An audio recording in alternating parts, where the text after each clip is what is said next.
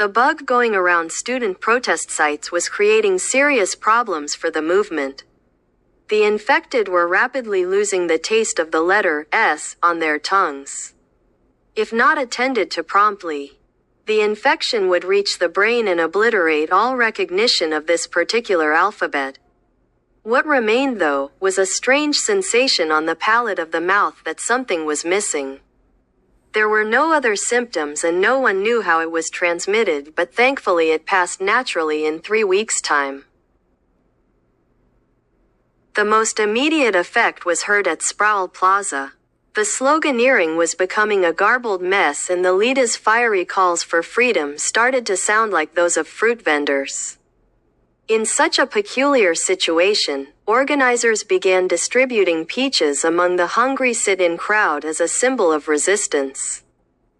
But the biggest blow to the movement in the absence of the letter S was that the activists could no longer trust that their own written demands to the university admin would be legible.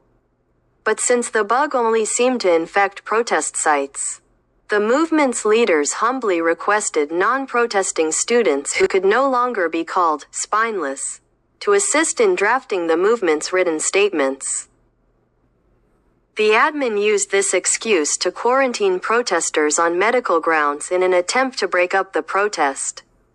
It formed a strong committee of speech therapists, dentists and oral historians to stop the spread of this phenomenon and rehabilitate affected students to regain their saying ability.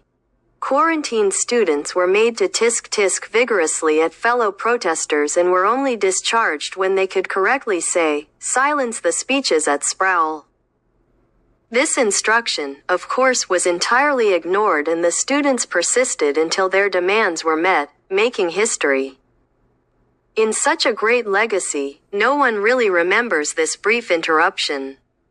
It remains buried in the university's archives as a mere point in the instructions for walkout coordinators from 1964.